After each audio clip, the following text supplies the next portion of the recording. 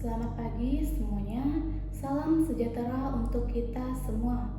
Saya Teresiana, NIM 412010130, kelas C pagi semester 6, Fakultas Pendidikan Olahraga dan Kesehatan. Di sini saya akan menyampaikan video narasi yang berjudul tentang penjelasan anak berkebutuhan khusus tunalaras dan contoh pembelajaran penjas bagi anak tunalaras. Video ini untuk memenuhi tugas mata kuliah pembelajaran penjas adaptif yang dibimbing oleh dosen pengampu Ibu Mira Fujita, Magister Pendidikan. Baik, di sini saya akan menyampaikan poin-poin yang akan saya sampaikan. Untuk poin pertama, yaitu pengertian tunalaras. Yang kedua, karakteristik anak tunalaras. Dan yang ketiga, faktor penyebab anak tunalaras. Dan yang keempat, strategi pembelajaran. Dan yang kelima itu contoh strategi pembelajarannya. Dan yang keenam, contoh pembelajaran penjas bagi anak tunalaras. Dan yang terakhir itu saya menarik kesimpulan mengenai anak tunalaras.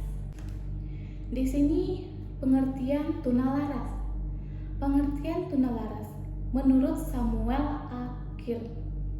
Tunalaras adalah mereka yang terganggu perkembangan emosi, menunjukkan adanya konflik dan tekanan batin, menunjukkan kecemasan, penderita neurotis atau bertingkah laku psikotis.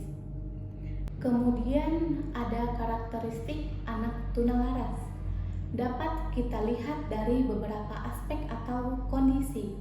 Yang pertama dapat dilihat dari gangguan perilaku. Anak tunalaras biasanya sering berkelahi, suka mengganggu teman, dan cenderung mudah marah. Kemudian yang kedua kurang dewasa. Dapat dilihat dari mereka kurang inisiatif, sulit berkoordinasi, maupun sulit memimpin kelompok. Yang ketiga, agresif bersosialisasi. Mereka lebih suka berteman dengan sebaya mereka karena mereka tidak dapat bersosialisasi baik dengan masyarakat. Dan yang keempat, gangguan akademik. Anak tunalaras memiliki hasil belajar yang di bawah rata-rata. Kemudian yang kelima, gangguan kesehatan seperti gangguan makan, tidur, serta membuang air yang tidak terkontrol atau sering mengompol. Faktor penyebab anak tunalaras ada 4. Yang pertama, faktor biologis. Yang kedua, faktor keluarga. Yang ketiga, faktor sekolah. Dan yang keempat, faktor budaya dan lingkungan. Yang pertama, faktor biologis yang mencakup genetika, gegar otak, kekurangan gizi, penyakit atau kecacatan tubuh. Yang kedua ada keluarga. Keluarga adanya penyimpangan tingkah laku terhadap anak, yaitu penolakan terhadap anak, status sosial, dan ekonomi keluarga, kematian salah satu orang tua. Dan yang ketiga ada faktor sekolah. Faktor sekolah ini tempat berkembangnya penyimpangan sifat tingkah laku anak. Tapi ada beberapa sikap sekolah yang tidak mendukung perkembangan positif pada anak, antara lain peraturan yang terlalu ketat dan kaku, tuntutan berlebih terhadap prestasi anak, perlakuan yang tidak adil, dibully oleh teman. Dan yang terakhir, faktor budaya dan lingkungan, yaitu budaya dan lingkungan yang buruk juga dapat menjadi faktor penyebab. Misalnya, budaya hidup yang tidak baik, menonton film atau video yang mengandung kekerasan. Kemudian, pada strategi pembelajaran, guru dapat menerapkan beberapa strategi pembelajaran. Berikut adalah strategi pembelajaran yang dapat dilakukan. Yang pertama, guru membuat sistem penghargaan kelas yang dapat diterima dan dapat diakses. Hal ini agar peserta didik merasa ikut serta dalam kegiatan pembelajaran. Dan yang kedua, guru juga dapat menerapkan pendekatan untuk membentuk kesadaran tentang diri dari orang lain untuk membantu peserta didik mengenal sikap mereka dan dampaknya bagi orang lain. Dan yang ketiga, guru dapat menggunakan metode ceramah untuk mengajarkan sikap positif. Misalnya, mengajarkan cara menghargai teman, meminta maaf, dan mengucapkan terima kasih.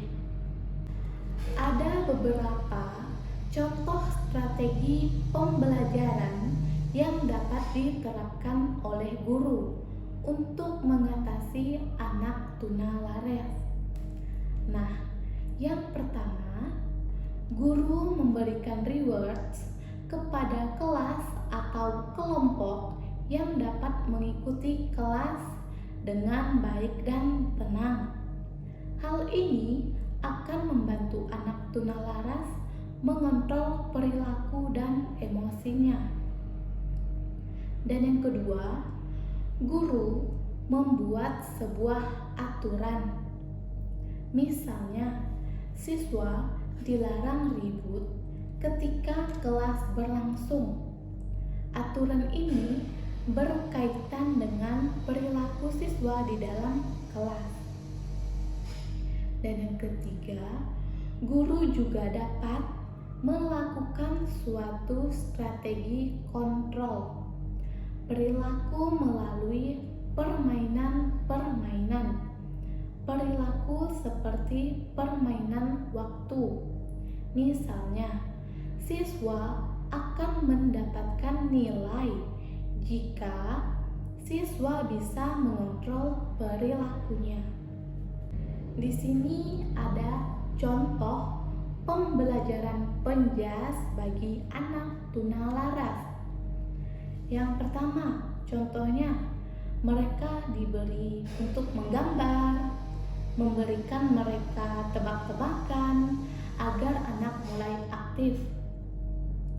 Dan guru juga lebih banyak bertanya kepada anak tunalaras agar lebih terperhatikan.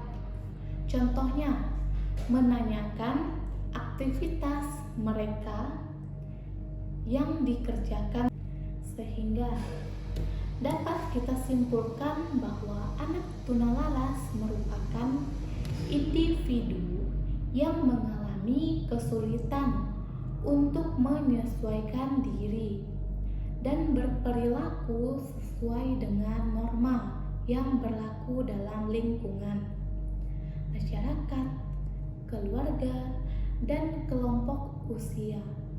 Baiklah, itu saja video narasi yang dapat saya sampaikan. Sekian dari saya.